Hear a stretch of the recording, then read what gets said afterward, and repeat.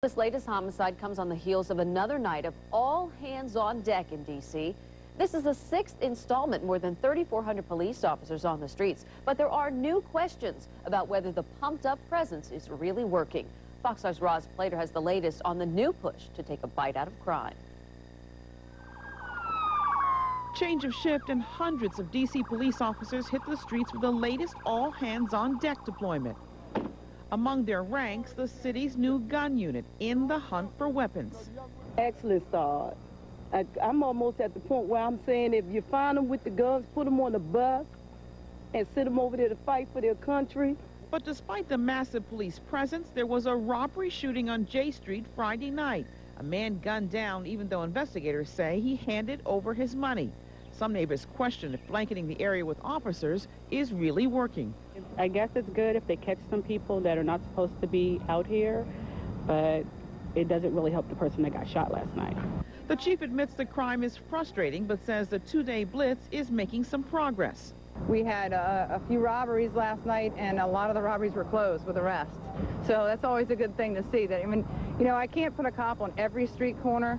Stop the violence! With an eye towards reducing the expected spike in crime over the summer, city leaders and community groups held a peace march aimed at teens.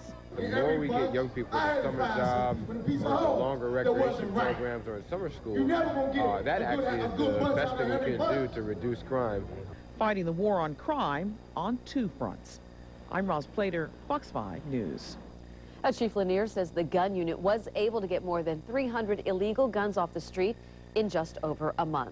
A different kind of storm brewing inside the walls of a D.C. school. Nearly a dozen students were arrested following a massive fight at Ballou High today.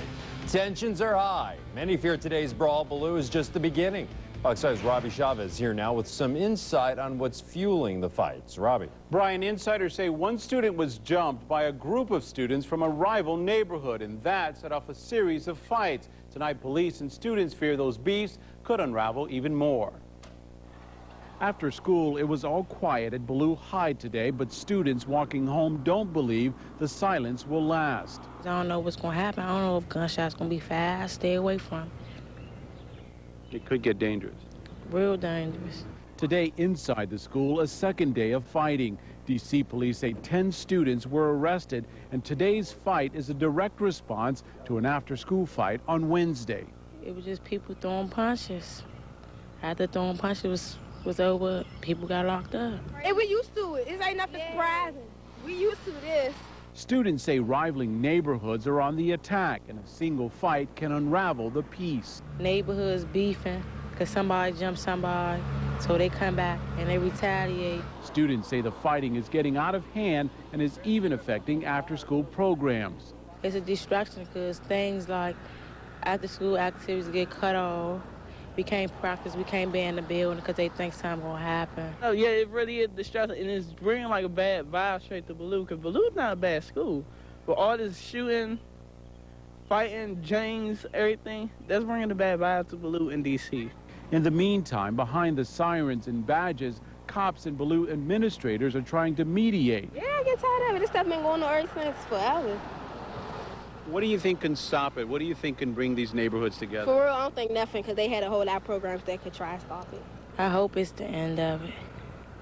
But I hope it don't get worse neither. Fighting these the guns. Now, D.C. police, several actions were taken today. Not only were students arrested and taken out of school, but police visited those students at home.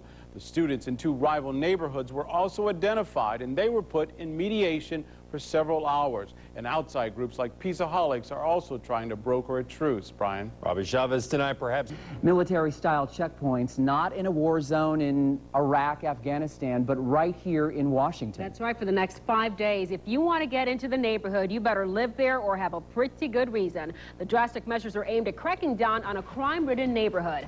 Fox 5's Sherry Lee went to see how it's all working. Sherry? Maureen, it's an all-out blitz by police tonight. They set up a checkpoint and have officers swarming the neighborhood in Trinidad. Now, police don't expect the checkpoint to take criminals by surprise, but they're sending a strong warning that criminals are not welcome. D.C. police moved into Trinidad in force. setting up a checkpoint on Montello Avenue Northeast. Officers stopped cars and checked IDs. No one in or out who doesn't belong. No, it's good for the neighborhood. It need the police in the neighborhood for protection. Police are responding with extra aggressive tactics after 7 people were murdered last weekend, 3 in Trinidad. Outside the checkpoint, police have undercover operations and officers throughout the neighborhood. This is meant to be a warning. Don't try and come into this neighborhood. I want you to hear me now so that you don't waste your time, because we're going to get you when you try and come in. We ain't doing nothing but hurt nobody but ourselves. Community groups joined the fight against violence, minus the police, holding a neighborhood festival with music, food, games, jobs, and social services. If a person doesn't have hope, then that's all you're going to see is violence. Just imagine if you didn't have any hope. Would you do positive things? The NAACP and the ACLU don't see anything positive about turning Trinidad into a police state. Trinidad should not be treated like Baghdad. We cannot have that here in Washington, D.C. The 5th District has 22 murders this year, 1 more than all of last year. I mean, it would be, to be honest with you, it'd be unconscionable not turn up the heat, shift gears, and do something drastic. But not everyone is sure. Even drastic measures like these will keep the criminals out. Oh, no. More sure than anything else. They'll keep coming out. They'll find a way. Chief Lanier says since announcing these checkpoints in Trinidad, she's gotten 2 more requests to use similar crime-fighting tactics in other D.C. neighborhoods. Police say they won't hesitate to do the same thing if other neighborhoods need it. Maureen? All right, we'll be watching. Thank you, Sherry.